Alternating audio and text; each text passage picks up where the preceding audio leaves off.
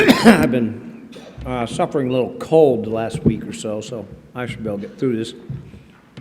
I'm going to talk to you about the evolving epidemiology of multiple organ failure into PICS. I assume none of you know what PICS is, but I will explain that as we go. I've been studying multiple organ failure for most of my career, and this slide just demonstrates to you that its epidemiology has continually changed. And what's happened over this time is care has advanced tremendously. And along the bottom, you see that there have been different predominant phenotypes or clinical presentations. And so what's happened is we recognize a problem and we focus our research on it. And as we're sort of solving that problem, a whole bunch of advances in care come along, and all of a sudden that problem disappears and something else presents itself, and we go after it again. So if I fast forward you up to the 2000s, what happened then is we had some fundamental changes in trauma care, which you've just heard a little bit about.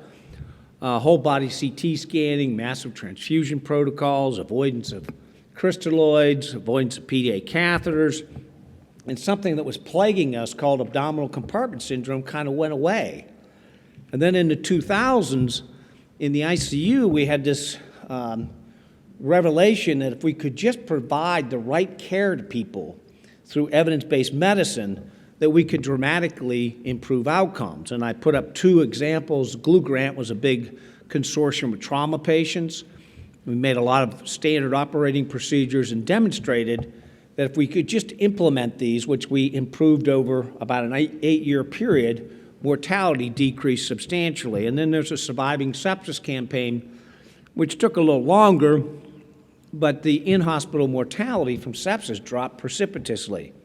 And so as we go through the 2000s towards 2010, all of a sudden, a lot less people are dying early.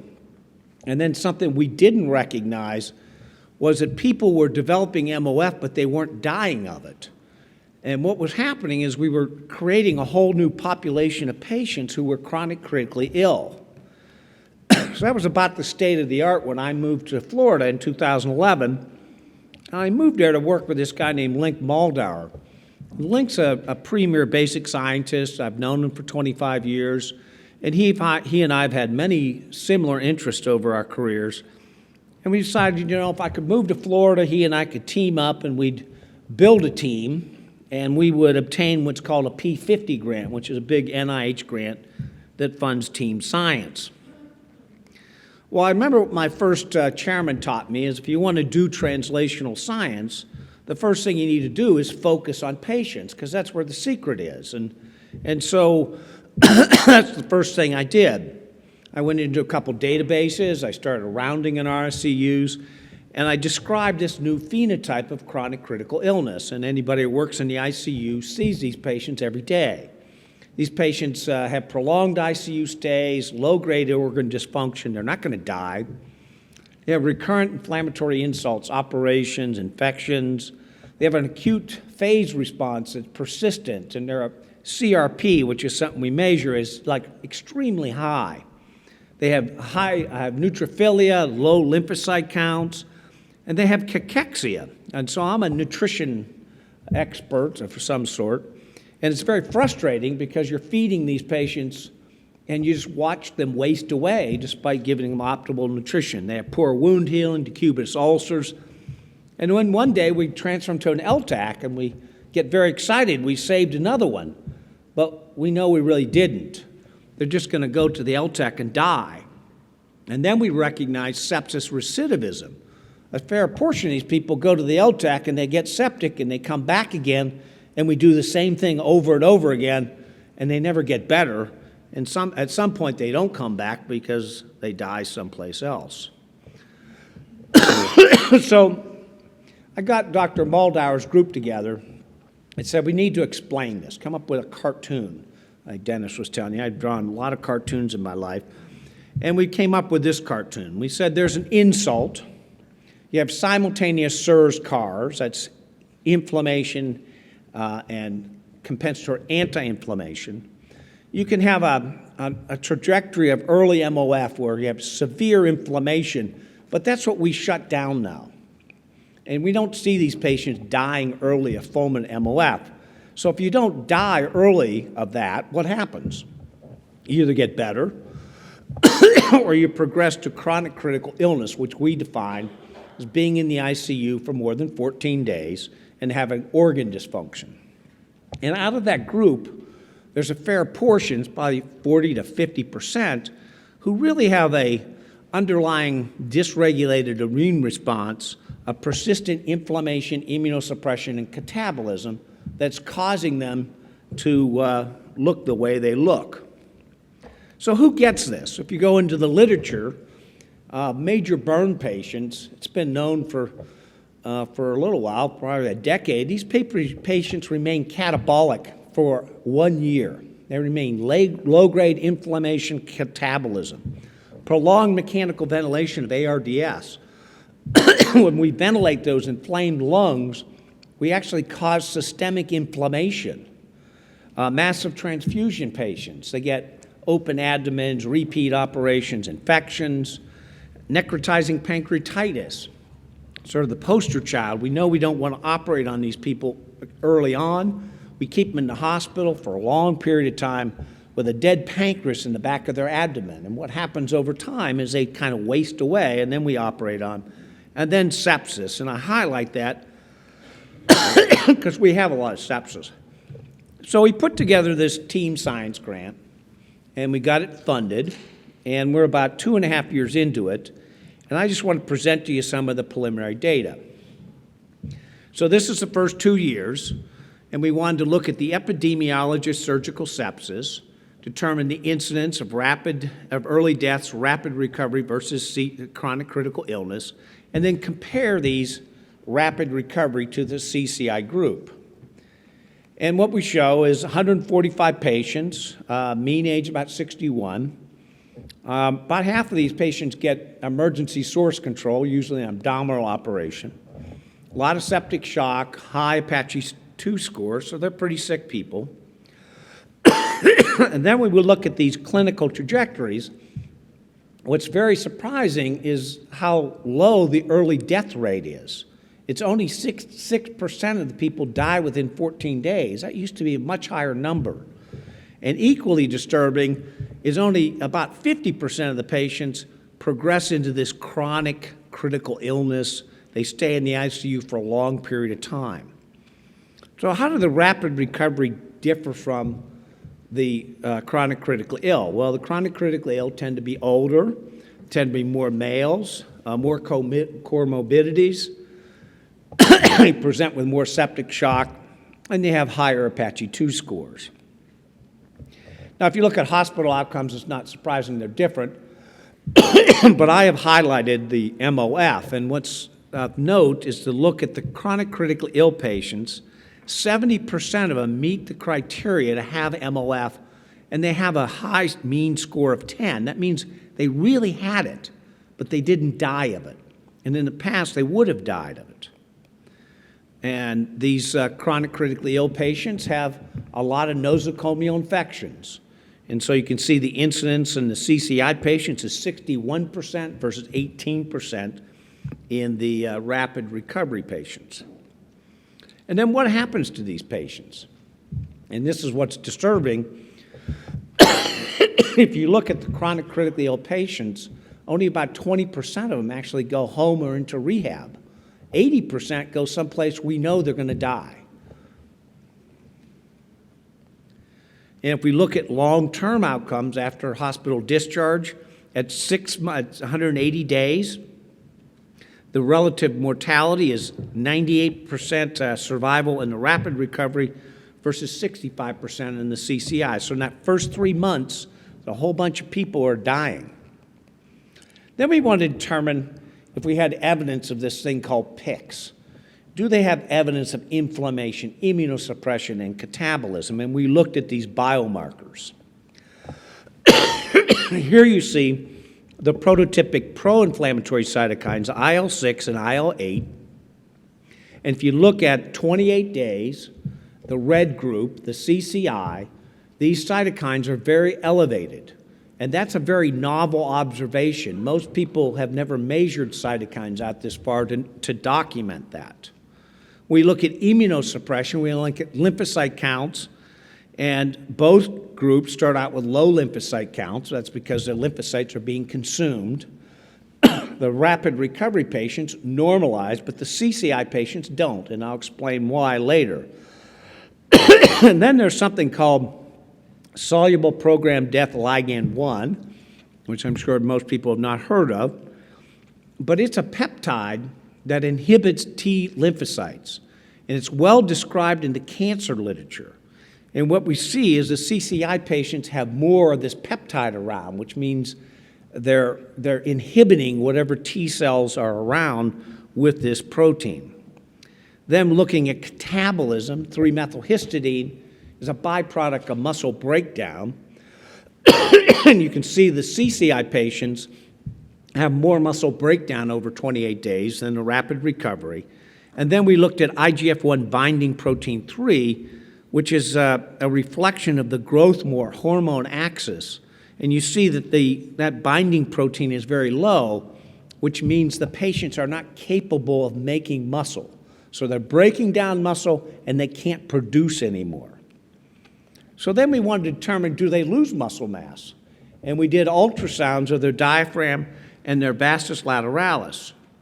And what we showed was in 2 to 3 weeks that these two muscle groups lost 50% of their muscle mass in that short period of time. And other people have used CAT scans and shown this tremendous loss of muscle mass within a relatively short period of time.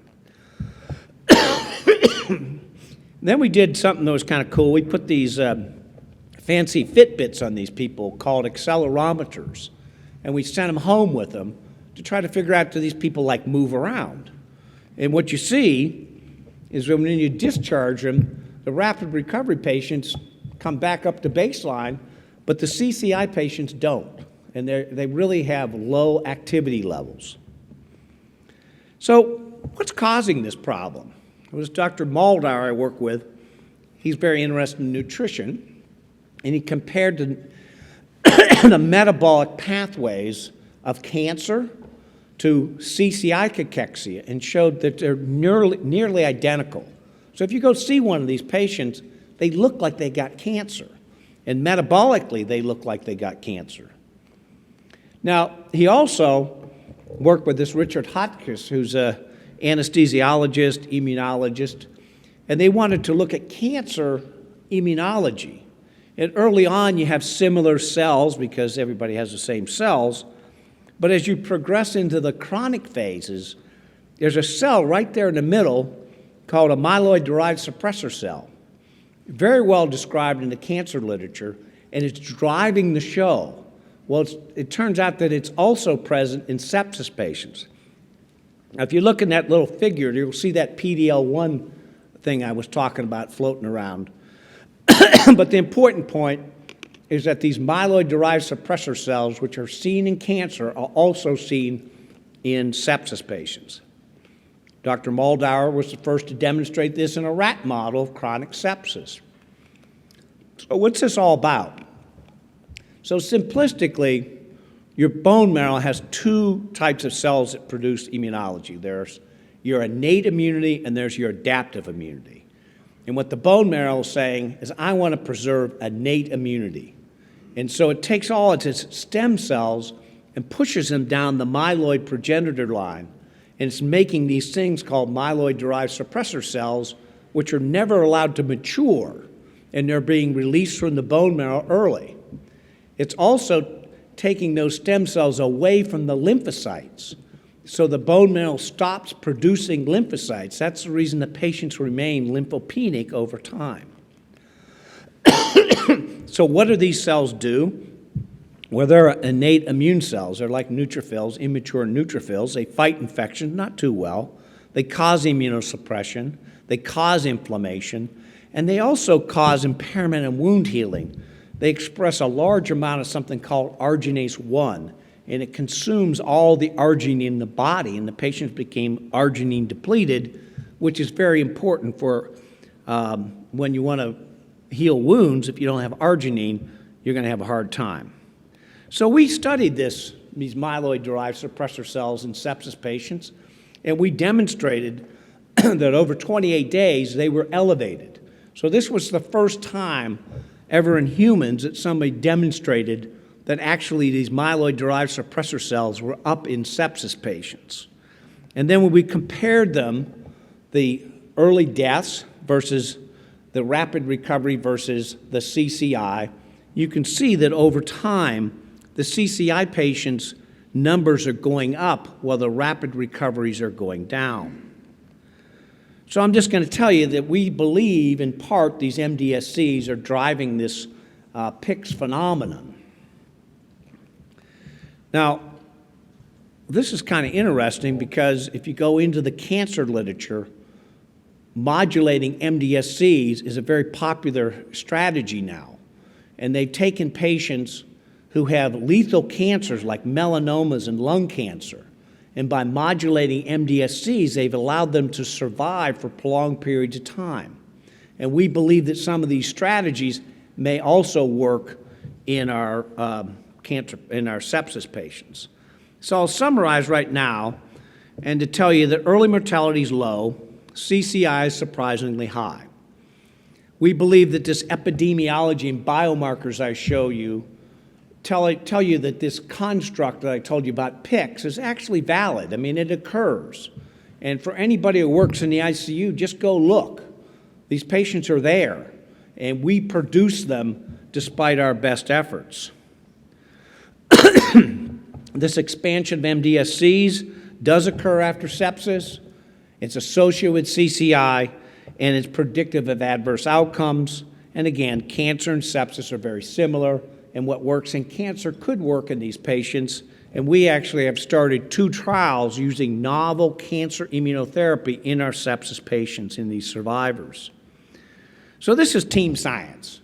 And the thing about team science is you get a bunch of people around, and they look at a problem from a different angle. And my angle is I'm a nutritionist. So when I look at these patients, the thing that I see is they lose muscle mass.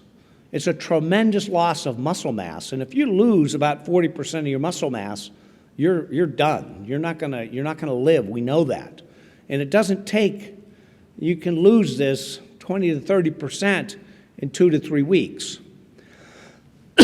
So this is a very complex story, and I have a group of people that study this, and there's a lot of factors that go into this. There's lots of mechanisms.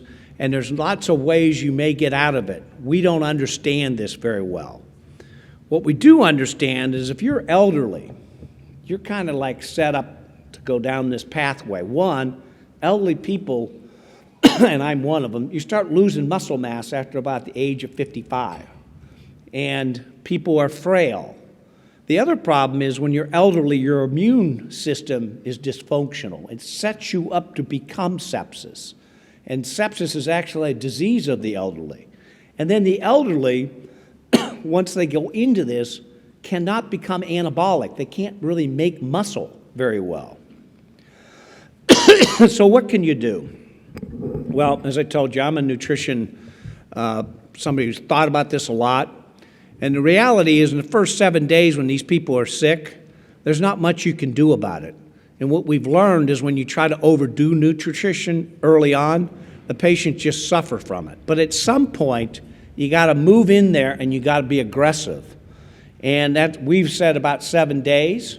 If you're not meeting your goals, you should do supplemental TPN. They need very high protein levels, 2.5 grams per kilogram per day. Leucine is an anabolic amino acid. Arginine, you need to supplement them with that. And then fish oils, and there's something called Resolvins, which are very important in resolving inflammation. Dr. Herndon, who's one of our consultants in burn patients, has demonstrated the use of anabolic agents, intensive insulin. When you're in the ICU and you put somebody on insulin drip and you think that's bad, actually it could be good because insulin is an anabolic hormone. Propranolol, it's a non-selective beta blocker, and then oxandrolone. And then exercise. And I'm amazed at how sometimes we're very naive, and myself included, that you think that somebody who's laying in an ICU and you're going to give them a lot of food and they're going to make muscle when they're laying there in bed. Well, it's not going to work that way. Unless you're using your muscle, the muscle's not going to get the signal to build more muscle. And so it's really important that these patients exercise. And that means getting them out of bed, even when they're on a ventilator, making them walk and exercising them in bed. How about diaphragm exercise and pacing? So your diaphragm muscle wastes much faster than your skeletal muscles. And one of our consultants, partners, who's a PT, a physical therapist, studies the diaphragm, and he developed this training mechanism where you take a reverse CPAP valve and you put it on the trach of these patients who can't be weaned. And what they have to do is they have to breathe in to open up the valve. And so it's like doing little exercises for the diaphragm. And you keep turning the screw tighter and tighter every day, so they really have to pull, and you're exercising the diaphragm. And what he demonstrated was by doing these exercises, they were able to get patients off the ventilator faster and strengthen their diaphragms.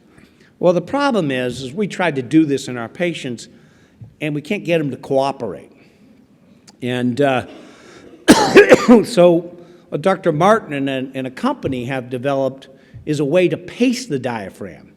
And they developed a catheter that's put in through the left subclavian vein. It crosses across the midline, and you can stimulate both phrenic nerves, and you can cause the diaphragm to fire. And they're now testing this pacer. And so in the future, this is going to be a way that we keep the diaphragm working, is we're going to pace the diaphragm when the patient is in the intensive care unit. So I just told you a whole bunch of stuff here. And I'm going to tell you that the epidemiology of MOF continues to evolve. And as we solve a problem, a new one presents itself. MOF is still common. Its ICU mortality is actually very low. But a surprisingly high percentage of patients are being turned into this chronic critically ill cohort. This CCI PICS clinical trajectory, it's a valid construct, and unfortunately, it occurs despite our best efforts. So when we're successful, this is what we're making now. And the elderly patients are clearly vulnerable due to their baseline frailty and anabolic resistance.